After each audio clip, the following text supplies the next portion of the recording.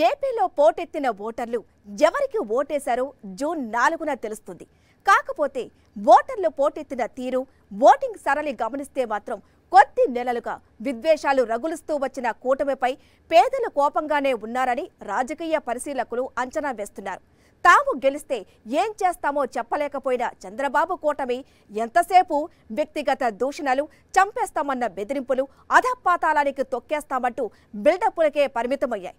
కూటమి నేతల భాష ప్రజలకు ఏవగింపు కలిగించిందనే అంటున్నారు.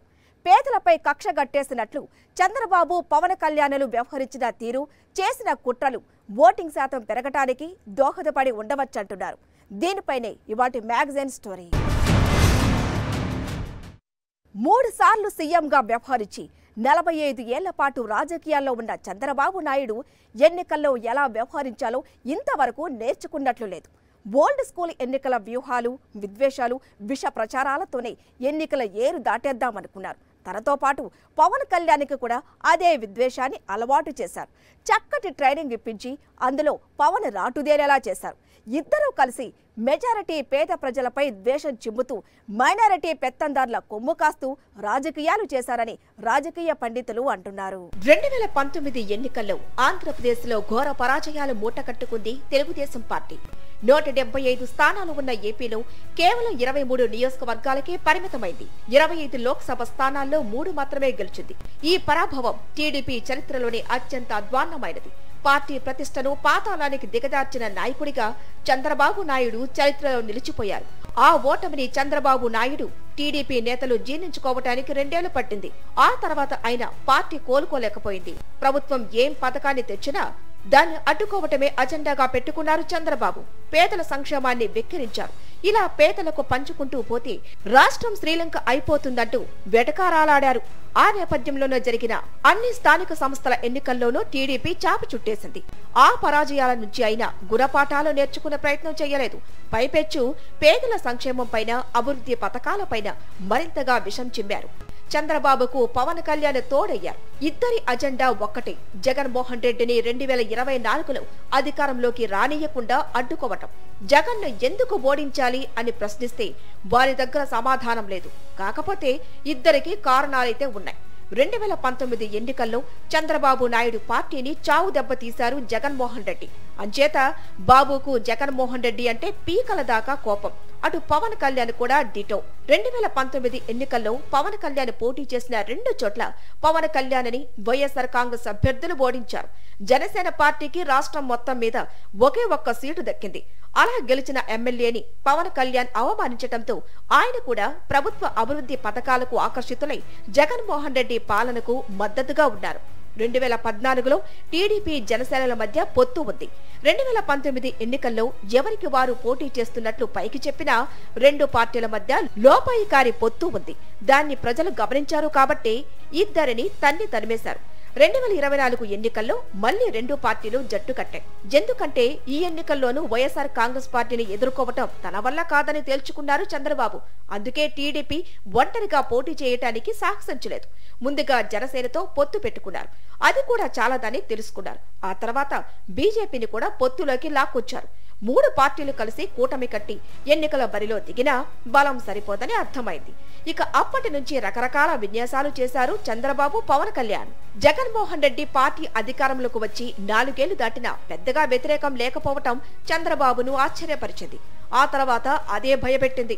ప్రభుత్వం అమలు చేస్తున్న సంక్షేమ పథకాలు, అభివృద్ధి కార్యక్రమాల కారణంగానే ప్రజలు పాలక పక్షం వైపు మొగ్గు చూపుతున్నారని అర్థమైంది. అంతే, పేదల కోసం ఏ పథకం తెచ్చినా కోర్టులకెక్కి వాటిని అడ్డుకుంటూ వచ్చారు.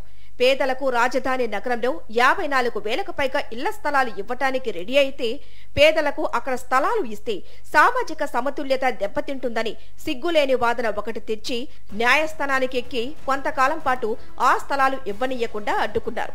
రాష్ట్ర వ్యాప్తంగా పేదల ఇళ్ల స్థలాల పంపిణీని కోర్టు కేసులతోనే అడ్డుకుంటూ వచ్చారు. విశాఖలో అయితే తమ కనుసన్నల్లో టీడీపీ బ్రాంచ్ కార్యాలయంగా పనిచేస్తున్న సిపిఐ నేతల చేత కేసులు వేయించి పేదలకు ఇళ్ల స్థలాలు ఇవ్వకుండా అడ్డుకున్నారు. అయితే జగన్మోహన్ రెడ్డి ప్రభుత్వం న్యాయ పోరాటాలు చేస్తూ ఒక్కొక్కటి పరిష్కరించుకుంటూ వచ్చింది. కోర్టు అనుమతులతోనే ఇళ్ల స్థలాలు పంచుతూ వచ్చింది. చంద్రబాబుకు ఏం చెయ్యాలో పాలుపోలేదు. ప్రభుత్వాన్ని అప్రతిష్ట పాలు చేయాలని అనుకున్నారు. ప్రభుత్వానికి బలం ఎక్కడుందా అని ఆలోచించారు. జగన్మోహన్ రెడ్డి ముఖ్యమంత్రి అయిన వెంటనే తెచ్చిన గ్రామ వాలంటీర్ వ్యవస్థ, సచివాలయ వ్యవస్థల కారణంగా ప్రభుత్వ పథకాలన్నీ ప్రజల ఇళ్లకే చేరుతున్నాయి. దానివల్లనే ప్రజలు ప్రభుత్వం పట్ల సానుకూల దృక్పథంతో ఉన్నారని చంద్రబాబు గమనించారు. దాన్ని బ్రేక్ చేయాల్సిందే అనుకున్నారు. అంతే, గ్రామ వాలంటీర్లపై విష ప్రచారం మొదలు పెట్టారు. ఒక పక్క చంద్రబాబు నాయుడు వాలంటీర్లపై నీచపు వ్యాఖ్యలు చేస్తూ వచ్చారు. టీడీపీ ఒక్కటే విషం చిమ్మితే సరిపోదనుకున్నారో ఏమో కానీ తమ దత్తపుత్రుడు పవన్ కళ్యాణ్ చేత కూడా మరోవైపు నుంచి నరుక్కుంటూ రావాలనుకున్నారు. చంద్రబాబు చెప్పడం ఆలస్యం.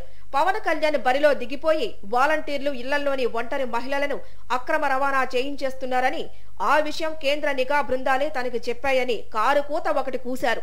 ప్రతి ఊర్లో, ప్రతి గ్రామంలో ఎవరు మనిషి, ఏ కుటుంబంలో ఎంతమంది ఉంటారు, ఏ కుటుంబంలో ఆడపిల్లలు అక్కడ ఏమేమి ఉన్నాయి, వాళ్ళు ఎవరైనా అబ్బాయిలను ప్రేమిస్తున్నారా, వాళ్ళలో వితంతువులు ఉన్నారా, ఇట్లా ట్రాప్ చేసి హ్యూమన్ ట్రాఫికింగ్ జరుగుతూ ఉంది. వీళ్ళ ఇన్ఫర్మేషన్ వల్ల నా కేంద్ర నిఘా వర్గాలను హెచ్చరించింది చెప్తున్నాను. ప్రతి గ్రామ వాలంటీరు ఈ పార్టీలో, ఈ గ్రామంలో ఎంతమంది ఉన్నారు, ఎన్ని ఇళ్ళు ఉన్నాయి, ఇంట్లో ఎంతమంది మగాళ్ళు, ఎంతమంది ఆడవాళ్ళు, ఎవరు ఏ పార్టీకి, ఎవరికి ఏ లోపాలు ఉన్నాయి, ఎవరు ఏవేవి అలవాట్లు ఉన్నాయి, ఇవన్నీ చేసి దాంట్లో ఒంటరి మహిళల్ని వీళ్ళు టార్గెట్ చేసి ఆ ఇన్ఫర్మేషన్ కొంతమంది సంఘ విద్రోహ శక్తులకు ఇస్తే వాళ్ళని వీళ్ళు కిడ్నాప్ చేయడం కానీ ట్రాప్ చేయడం కానీ జరిగి మిస్ అయిపోయారు ఇంతమంది. ఎన్నికల నగారా మోగే వరకు చంద్రబాబు నాయుడు, పవన్ కళ్యాణ్, పురంధరేశ్వరి కూటమి ప్రభుత్వంపై విష ప్రచారం చెయ్యటానికే పరిమితమయ్యారు. క్షుద్ర రాజకీయాలతో ముందుకు పోయారు. ప్రజలు ఒట్టి అమాయకులని అనుకున్నారు. అయితే ఈ ముగ్గురి విద్వేష రాజకీయాలను ఓ కంట గమనిస్తూనే వచ్చారు. తాము గెలిస్తే ఏం చేస్తామో చెప్పలేదు కూటమి నేతలు. ఎన్నికల వేళ పింఛన్లు ఇవ్వకుండా వాలంటీర్లను అడ్డుకున్నారు. సంక్షేమ పథకాలు అడ్డుకున్నారు. ల్యాండ్ టైటిలింగ్ యాక్ట్పై విష ప్రచారం చేశారు. నోటుకొచ్చిన బూతులు తిట్టారు. అడుక్కో అబద్ధం చెప్పారు. వీటితోనే ఎన్నికల్లో నెగ్గుకు వచ్చేస్తామని అనుకుంటున్నారు. అయితే జనం అలా అనుకోలేదని మేధావులు అంటున్నారు. కూటమి నేతల వ్యవహార శైలిపై కోట్లాది మంది ప్రజల్లో ఏవగింపు కలిగిందంటున్నారు. మరి అది పోలింగ్ పై ఎటువంటి ప్రభావాన్ని చూపిందన్నది జూన్ 4న తెలుస్తుందంటున్నారు వారు. ఏ రాజకీయ పార్టీ అయినా ఎన్నికల్లో ఏం చెబుతుంది? మమ్మల్ని గెలిపిస్తే అది చేస్తాం, ఇది చేస్తామని హామీలు ఇస్తుంది. గతంలో తమ పాలనలో చేసిన సంక్షేమాన్ని మళ్లీ అమలు చేస్తామని చెప్పుకుంటుంది. మరి 3 సార్లు సీఎం అయిన చంద్రబాబు ఏం చెప్పారు? జగన్మోహన్ రెడ్డి పాలనలో తెచ్చిన వాలంటీర్ వ్యవస్థను అంతకన్నా బలంగా అమలు చేస్తామన్నారు. జగన్మోహన్ రెడ్డి 5 ఏళ్లుగా అమలు చేసిన పథకాలకు పేర్లు మార్చి జనం ముందుకొచ్చారు. అవి జనం నమ్మడం లేదని తేలడంతోనే రూటు మార్చారు. 45 ఏళ్ల సుదీర్ఘ రాజకీయ అనుభవం ఉన్న తనని కాదని తన కుమారుడి వయసున్న జగన్మోహన్ రెడ్డికి జనం బ్రహ్మరథం పట్టడం చంద్రబాబుకు గిట్టలేదు. పవన్ కళ్యాణ్కైతే అసూయే పుట్టించింది. సినీ స్టార్ అయిన తన సభలకొచ్చే జనం కన్నా జగన్మోహన్ రెడ్డి సిద్ధం సభలకు వేల రెట్లు ఎక్కువ జనం రావడం చూసి పవన్ కు ఒళ్ళు మండిపోయిందంటే అబద్ధం కాదు. ఇద్దరు కుతకుతలాడిపోయారు, మనసులో రగిలిపోయారు. ఆ కోపాన్ని జనంపై చూపలేని పరిస్థితి. ఆ స్థితిలో జగన్మోహన్ రెడ్డిని ఉద్దేశించి చంద్రబాబు, పవన్ కళ్యాణ్లు ఎన్నికల ప్రచారంలో నేలబారుగా వ్యవహరించి తమ అసలు సంస్కారాన్ని చాటుకున్నారు. జగన్మోహన్ రెడ్డిని పాతాళానికి తొక్కేస్తా అంటూ పవన్ కళ్యాణ్ శివాలెత్తిపోయారు. జగన్ గుర్తుపెట్టుకో, పాతాళానికి తొక్కకపోతే నా పేరు పవన్ కళ్యాణే కాదు, మా పార్టీ జనసేనే కాదు, మర్చిపోకో. రేపు ఎన్నికలైనప్పుడు వైసీపీ వాళ్ళకి తెలుస్తోంది మనం ఎంతో నెత్తి మీద కాలేసి తొక్కుతాం కదా, అప్పుడు అర్థమవుతుంది మేమేంటో. ఇక చంద్రబాబు నాయుడు అయితే ముఖ్యమంత్రిని పట్టుకుని సైకో అంటూ పైత్యపు భాష ప్రయోగించారు. నేను కన్నెర్ర చేస్తే జగన్ మసైపోతాడు అంటూ పైశాచిక భాషలో మాట్లాడారు. రాయి దొరికితే రాయి, లేదా ఏది దొరికితే అది తీసుకుని జగన్ను కొట్టాలని పార్టీ శ్రేణులను రెచ్చగొట్టారు. జగన్ గొంతు శాశ్వతంగా మూసివేయాలని హంతక భాషలో పిలుపునిచ్చారు. నిన్ను చంపితే ఏం చేస్తావు అంటూ మొత్తం అన్ని వదిలేసి నిలదీశారు. రేపు నిన్ను చంపితే ఏమవుతుందని అడుగుతున్నా, నేను దీనికి సమాధానం ఉందని అడుగుతున్నా. జగన్ కోటను బద్దల కొట్టేస్తా అంటూ పవన్ కళ్యాణ్ తనదైన స్టైల్లో హెచ్చరించారు. సామాన్యుని రాజకీయం భరించమని చెప్పండి. జగన్ సామాన్యుడు రాజకీయం చేస్తే ఇలాగే ఉంటది. వ్యూహాలు వేస్తాం, పొత్తులు పెట్టుకుంటాం, నీ కోటలు బద్దల కొడతాం. ఎన్నికల ప్రచారమంతా ఇలానే సాగించారు చంద్రబాబు.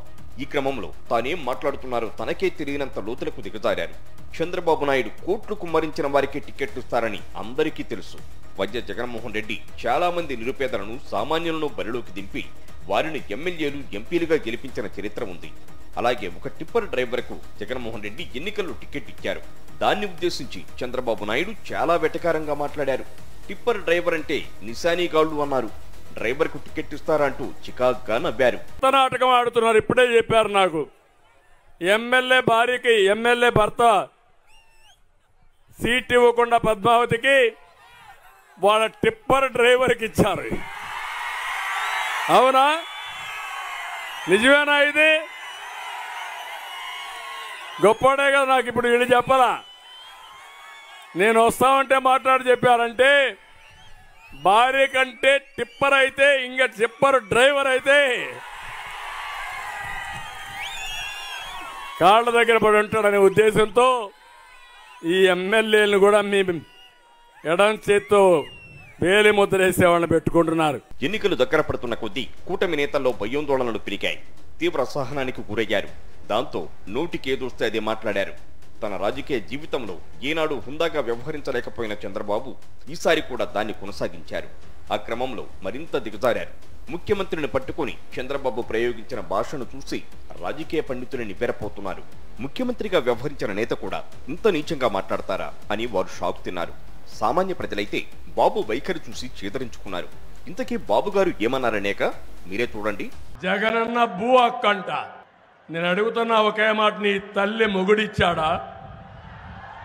మీ అమ్మమ్మ మొగుడిచ్చాడా? మీ నాన్నమ్మ మొగుడిచ్చాడా? మీ జేజే తాత ఇచ్చాడా? ఎవడిచ్చాడు?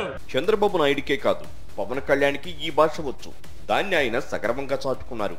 ఓ సభలో పవన్ మాట్లాడుతూ తన దత్త తండ్రికి తాను తీసిపోనని నిరూపించుకున్నారు. ఇలా చంద్రబాబు నాయుడు, పవన్ కళ్యాణ్లు తమ మాతృభాషలో మాట్లాడారు. ఏపీని గంజాయి రాజధానిగా మార్చేశారు, డ్రగ్స్ క్యాపిటల్ గా మార్చేశారు అంటూ చంద్రబాబు, పవన్ కళ్యాణ్లు విమర్శలు గుప్పించారు. ఈ ప్రచారం జరుగుతున్న సమయంలోనే విశాఖ పోర్టులో పెద్ద ఎత్తున డ్రగ్స్ ను పట్టుకున్నారు అధికారులు. ఆ డ్రగ్స్ ను ఎవరు తెప్పించారో, ఎక్కడి నుంచి తెప్పించారో బయటకు రాకముందే చంద్రబాబు నాయుడు, పవన్ కళ్యాణ్లు అది వైఎస్ఆర్ కాంగ్రెస్ నేతలవే అని విష ప్రచారం చేశారు. అయితే కొద్ది గంటల్లోనే ఆ డ్రగ్స్ ను ఏపీ బీజేపీ చీఫ్ పురంధేశ్వరి తనయుడు నందమూరి బాలయ్య రెండో అల్లుడు భరత్లకు సంబంధాలు ఉన్న కంపెనీ దిగుమతి చేసుకుందని తేలింది. పురంధేశ్వరి వియ్యంకుడుకు కూడా ఈ దందాతో సంబంధాలు ఉన్నాయన్న ఆరోపణలు వచ్చాయి. అయితే ఇవన్నీ కూడా దర్యాప్తులో నిర్ధారణ కావలసి ఉంది. అయితే చంద్రబాబు నాయుడికి మాత్రం ఎన్నికల్లో ప్రచారం చేసుకోవడానికి ఎలాంటి అస్త్రాలు లేకపోవడంతో దిక్కుమాలిన కట్టుకథలు అల్లి జనంపైకి వదిలారు. తాము చెప్పినవేవి జనం నమ్మడం లేదని మరింత ఉక్రోషానికి గురయ్యారు చంద్రబాబు. దాంతో 3 పార్టీల మేనిఫెస్టో అంటూ హడావిడి చేశారు. అయితే ఆ మేనిఫెస్టోతో తమకు సంబంధం లేదని బీజేపీ పక్కకు తప్పుకోవడంతో చంద్రబాబు నాయుడికి వెన్ను జారినంత పనైంది. ఒక కుట్ర విఫలం కావడంతోనే మరో కుట్ర, ఒక వ్యూహం వికటించడంతోనే మరో వ్యూహం వెంట పడుతూనే పోయారు చంద్రబాబు. ఏడాదిగా కూటమి నేతలు అనుకున్నది ఏది సరిగ్గా వర్కౌట్ కాలేదు. ఏం చేసినా జనం తమకి దూరం జరిగిపోవడం వారిలో టెన్షన్ పెంచింది. అవకాశవాద పొత్తులతో కూటమి కట్టారు. ఉమ్మడి మేనిఫెస్టో అని దాని నుంచి ఓ పార్టీ పక్కకి జరిగిపోయింది. చేతిలో అస్త్రాలేమీ లేక దొంగ సర్వేలు, చిలక జోస్యాలతో పని కానిద్దామనుకున్నారు. అది కూడా జనం నమ్మటం లేదని తెలిసి ఎన్నికల వేళ ఏకంగా అసహనంతో అరాచకాలకు తెగబడ్డారు. ప్రతి కుట్ర భగ్నమవుతూ రావడంతో మేమంతా సిద్ధం బస్సు యాత్ర సందర్భంగా జగన్మోహన్ రెడ్డి విజయవాడ వచ్చినప్పుడు ఆయనపై హత్యాయత్నానికి కూడా తెగబడ్డారు కీచకులు. హత్యాయత్నానికి తెగబడిన వారిని పోలీసులు అదుపులోకి తీసుకుని విచారిస్తే నిందితుల్లో టీడీపీ నేతలు ఉన్నట్లు తేలింది. ఆ కేసు దర్యాప్తు కొనసాగుతోంది. చంద్రబాబు నాయుడు హయాంలో జన్మభూమి కమిటీలు ఉండేవి. ఏ ప్రభుత్వ పథకం కావాలన్నా అర్హులైన వారు జన్మభూమి కమిటీలకు లంచాలు ఇచ్చుకోవలసి వచ్చింది. జన్మభూమి కమిటీ చెప్పిన వారికే పథకాలు అందేవి. వారు నో అంటే అర్హులకు కూడా అందేవి కావు. ఆ దుర్మార్గ వ్యవస్థపై జనం మండిపడ్డారు. కాబట్టి 2019 ఎన్నికల్లో చంద్రబాబు నాయుడు పార్టీని సామాన్య ఓటరు ఎడంకాలితో తన్ని తరిమేశాడు. ఒకవేళ జన్మభూమి కమిటీలు మంచి చేశాయని చంద్రబాబు నాయుడు నమ్మితే ఎన్నికల ప్రచారంలో ఏం చెప్పాలి?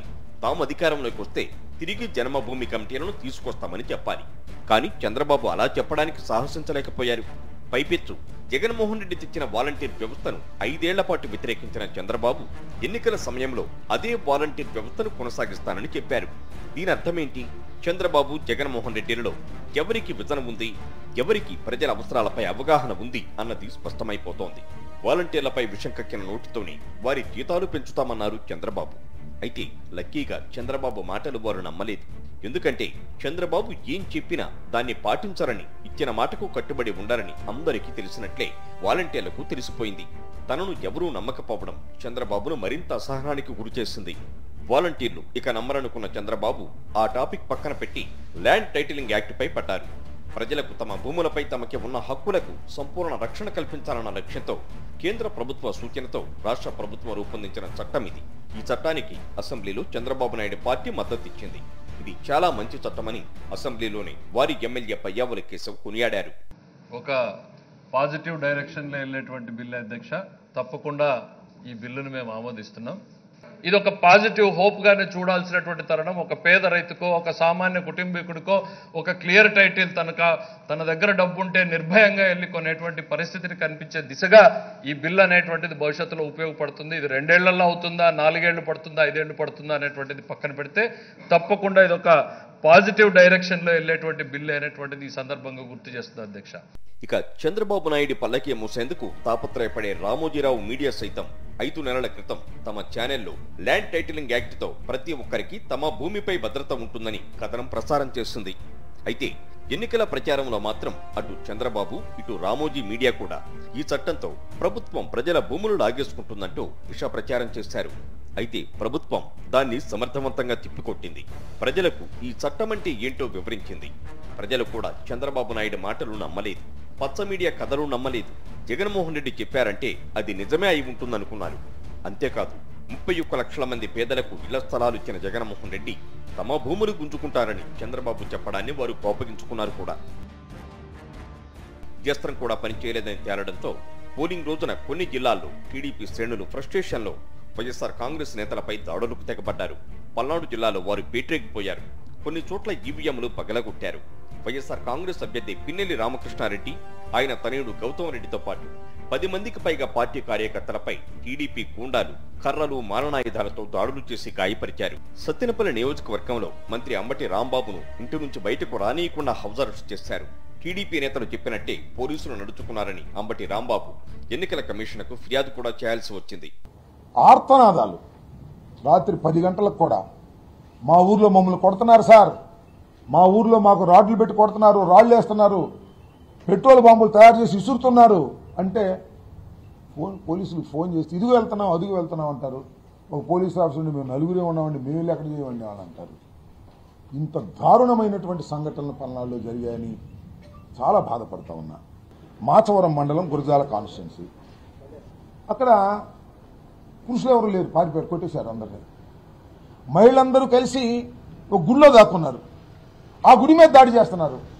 వాళ్ళని రక్షించాలని, వారిని పరామర్శించాలని మా పార్లమెంటు అభ్యర్థి అనిల్ కుమార్ గారు, మా ఎమ్మెల్యే అభ్యర్థి కాసు మహేష్ గారు ఇద్దరు కలిసి వాళ్ళ దగ్గరికి వెళ్లారు. అప్పుడైనా ఏమైనా రక్షణ ఉంటుందేమో అనే ఉద్దేశంతో వాళ్ళ కారు ధ్వంసం చేశారు. చివరికి పోలీస్ ఫైర్ ఓపెన్ చేయాల్సిన పరిస్థితి వచ్చింది. ఎక్కడున్నాం మనం? చంద్రబాబు నాయుడు వ్యూహం ఏంటంటే వైఎస్ఆర్ కాంగ్రెస్ నేతలను రెచ్చగొట్టి హింస రాజేస్తే మహిళా ఓటర్లు ఓటు వేయడానికి బయటకు రావడానికే భయపడతారని బాబు ఆలోచన. అయితే టీడీపీ జనసేన గుండాలు ఎంత రెచ్చగొట్టినా, ఎంత హింస రాజేసినా సంయమనం కోల్పోవద్దని వైఎస్ఆర్ కాంగ్రెస్ పార్టీ నాయకత్వం నుంచి స్పష్టమైన ఆదేశాలు రావడంతో పార్టీ శ్రేణులు గొడవలకు దిగలేదు. ఈ కారణంగానే గ్రామీణాంధ్రలో 80% పైగా పోలింగ్ నమోదైంది. మా కార్యకర్తలకు మేము ఇన్ఫార్మ్ చేస్తాం, మేము అందరికీ చెప్పాం. వాళ్ళు స్థానం కోల్పోయారు. చంద్రబాబు స్థాయి నుంచి భాష మీద ఇష్టం వచ్చినట్టుగా భాషని సభ్య సమాజంలో ఎవరు విన్న భాష మాట్లాడుతున్నారు. కాబట్టి రేపు రెండు ఇంకా ఉధృతంగా ఉంటాయి. వాళ్ళ తాలూకా మాటలు కానీ చేష్టలు కానీ ఎవరు కూడా ఉద్రేకపడద్దు అని చెప్పాం మా అందరికి. సమన్వయం పాటిస్తూ ఎక్కడ ఏ విధమైన కవింపులు వచ్చినా సరే ఏ ఒక్కరు కూడా ఏకవ్వకుండా సహనంగా ఇంత పర్సెంటేజ్ పోలవడానికి మా కార్యకర్తలను సహకరించిన ప్రతి కార్యకర్తకి మనస్ఫూర్తిగా అభినందనలు తెలియజేస్తున్నాను. మొత్తానికి 2 ఏళ్లుగా చంద్రబాబు నాయుడు కుట్ర రాజకీయాలతోనే ముందుకు సాగారు. విద్వేషాలు రగిలిస్తూనే రాజకీయాలు చేశారు. హింసను ప్రేరేపించడానికి ఆసక్తి చూపారు. శాంతియుతంగా రాజకీయాలు చేస్తే తమ పార్టీ సోదిలో లేకుండా పోతుందని చంద్రబాబు భావించి ఉంటారు. అందుకే హింసాయుత దారిని ఎంచుకున్నారు. విద్వేష బాటన నడిచారు. తనతో పాటు పవన్ కళ్యాణ్ కూడా వేలు పట్టుకుని నడిపించారు. ఇద్దరు కలిసి ఏపీ రాజకీయాలను కలుషితం చేశారు. పైగా తామేదో ప్రజాస్వామ్య పరిరక్షకులమన్నట్టు పోజులు కొట్టారు.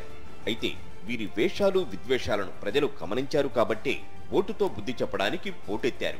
అదే ఇప్పుడు టీడీపీ జనసేన నాయకులకు జ్వరాన్ని పెంచింది. ఇదే వాటి మ్యాగజైన్ స్టోరీ.